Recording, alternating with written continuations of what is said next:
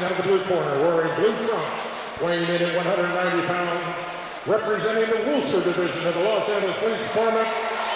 Put it together for Tom Datro.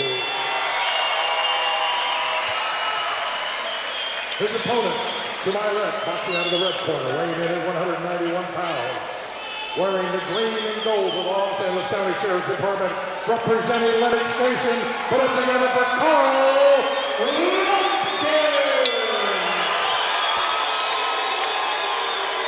Representing charge, Jack Reese.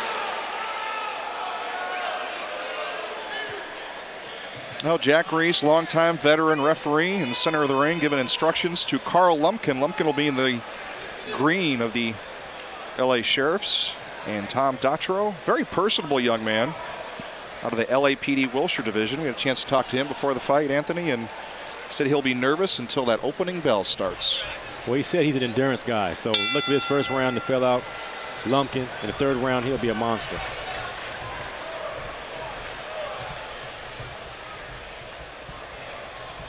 Both fighters sizing each other up, both standing tall, and I say tall theoretically, 5'10", 190 for Lumpkin and 5'11", 190 for Datro. Both look like they're in pretty good shape physically. And Lumpkin using that left jab. Good footwork by both boxers right now. They're doing a great job keeping their feet square and staying in the fighting position, filling each other out in this first round.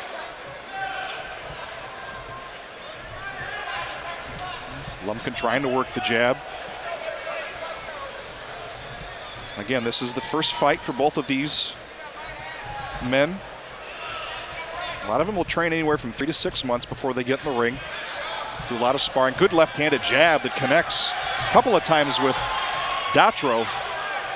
And he's using that left jab to keep him at bay. Lumpkin is doing a great job with that left jab. He's making sure he keeps Datro at a distance. And he's scoring points with it as well. That's where he wants to come back with that right cross after the jab. And now Datro starts to score points.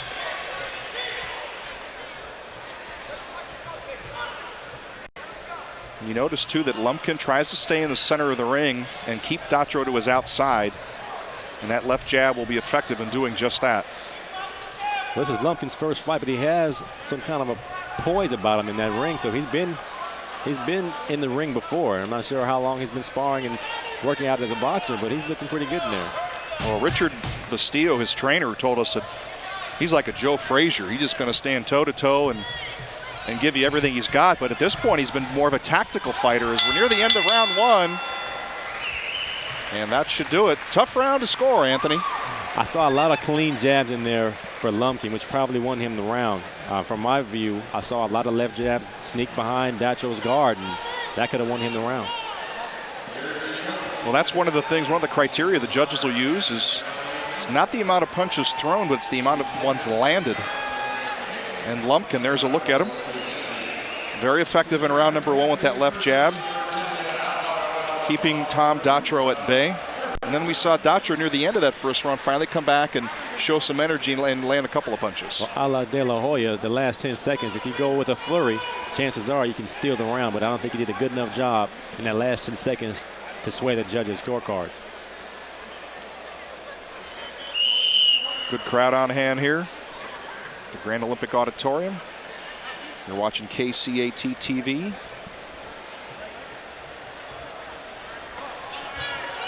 City of Hope Fight for Life, the 12th annual event. And we are more than happy to be here covering this for you people at home. Round number two underway. Lumpkin in the white and green and Datro in the all blue. And Datro now coming out, putting Lumpkin toward the outside of the ring. Datro holding his hands up high, which is what you want to do. And if you're Lumpkin, you may want to start working the body.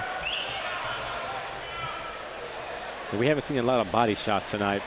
It's kind of tough. You want to score points, and the body shots don't seem that effective from eyesight, but they really pay a toll come the third round. Datro becoming the charger. You can put yourself in a dangerous position if you're charging without throwing any punches.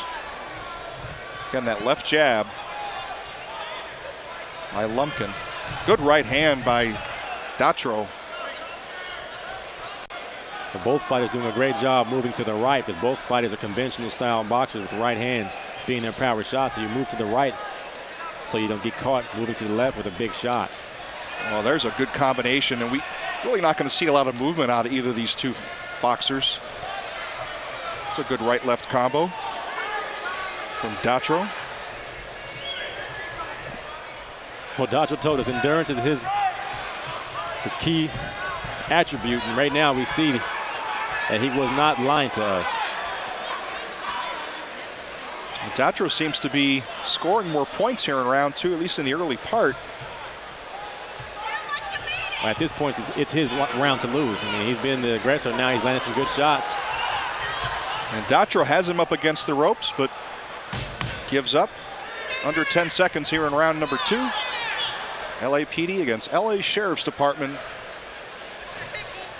A couple of left jabs by Datro, and that's going to do it for round number 2. And I may give a slight nod to Datro in that round. You have to, because you saw the mouthpiece of Lumpkin halfway out of his mouth, and that's a sign of fatigue. And at the same time, Datro did a good job putting it back in his mouth with that good right and left jab. Here's a look at Datro. Some action from round number 2. You see Datro, he's on Lumpkin, not giving him any room to breathe, and he's controlling the round. He's pushing Lumpkin around, and he's initiating all the contacts. And sometime when there's a lull in the action, the judges will give the round to the aggressor, and in this case, it's Datro. And the other thing to note too is you notice Lumpkin seems to be a little winded. When we talk about fatigue in these amateur fights, even though some of these police and sheriffs and firefighters are in good shape, it's hard to prepare for something like this. Well, any sport, you know, you prepare, you do endurance training, but when you get down to it, when the lights are on, it's a different kind of tired in there. And we see right now from these boxers, they're feeling a little bit of fatigue. Those legs are getting a little heavy right now. Well, you got a good look at Lumpkin, who was trying to breathe, and breathing through a mouthpiece sometimes is difficult enough to do, but much less when you're fatigued. It's even more difficult. Round number 3 is Lumpkin with a slip, doesn't go down to the canvas. Now Jack Reese is going to make sure he's okay, and the fight continues. And Datro takes a good left from Lumpkin, and now Lumpkin coming back. Boy, that left jab's been so effective, and it's keeping Datro at bay, and he lands another one. Impressive shots right now by Lumpkin. And a good right hand into Datro, and now he's stunned. And the crowd here at the Olympic Auditorium starting to pick up the intensity. Lumpkin playing a little possum. He comes out with these 4 big shots. He has a big lead in round 3. Well, Richard Bastillo, his trainer, told us that he fights like Joe Frazier, and that was Frazier-esque on that. He's smoking Joe right now. Datro's got him up against the ropes in a big right hand. Now Datro is broken up by Jack Reese. Third and final round. It's been a good fight between these two. Both of these fighters have had their moments. And both of them desperately seeking oxygen. It's a premium now. It's just like gas and prices in Los Angeles right now. The air is so thin right now. Now Lumpkin trying to keep himself up. 10 seconds left in the third and final round. This should be a flurry from both sides. Datro pushing Lumpkin up against the ropes, trying to score as many points as he can, and that's it. And the mouthpiece coming out of one of the fighters at the end of the third and final round as they both hug and they both realize why we're here, which is for charity. It's a great cause. What they're doing at the Fight for Life Foundation, and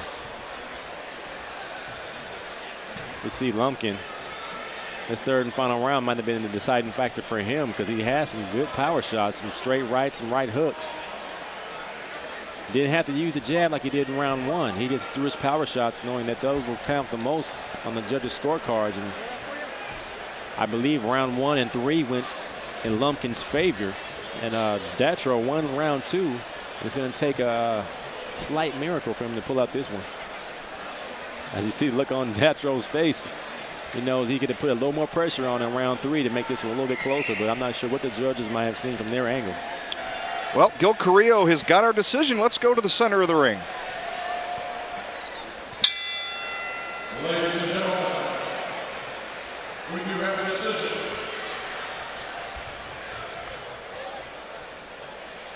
The decision is a unanimous decision, and the winner of bout number 2, representing